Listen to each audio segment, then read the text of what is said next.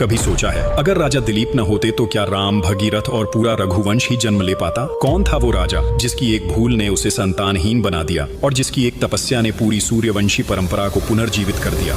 सूर्यवंश के धर्मपरायण राजा दिलीप, जो अंशुमान के पुत्र थे, अपने राज्य में सुख शांति और समृद्धि के लिए प्रसिद्ध थे, लेकिन उनके हृदय में एक ही पीड़ा थी। वे और उनकी रानी सुदक्षिणा कई वर्षों से विवाहित थे, फिर भी संतानहीन थे। इस दुख से व्याकुल होकर वे अपने कुलगुरु वशिष्ठ के आश्रम पहुंचे और उनसे पुत्र न होने का कारण पूछा। वशिष्ठ ने ध्यान किया और बताया कि एक बार जब दिलीप देवलोक से लौट रहे थे, तब उनकी रानी अशुद्ध अवस्था में थी और उसी समय उन्होंने दिव्य गौ कामधेनु को सम्मान नहीं दिया, जिससे कामधेनु को अपमान महसूस हुआ और उसने उन्हें यह श्राप दिया कि जब तक वे उसकी पुत्री नंदिनी की सेवा नहीं करेंगे, तब तक उन्हें संतान नहीं मिलेगी। वशिष्ठ के बताए पालन के अनुसार दिलीप और सुदक्षिणा ने नंदिनी की अत्यंत प्रेम और निष्ठा से सेवा शुरू की। उसे घास खिलाना, उसकी रक्षा करना और उसके साथ दिन बिताना। 21 दिनों की सेवा के बाद एक दिन नंदिनी उन्हें जंगल की ओर ले गई और अचानक एक भयंकर सिंह ने उस पर हमला कर दिया। दिलीप ने तुरंत धनुष उठाया, लेकिन भगवान शिव के आदेश के कारण धनुष बाण निष्फल हो गए। तब सिंह ने कहा कि वह शिव का सेवक है और इस स्थान का रक्षक है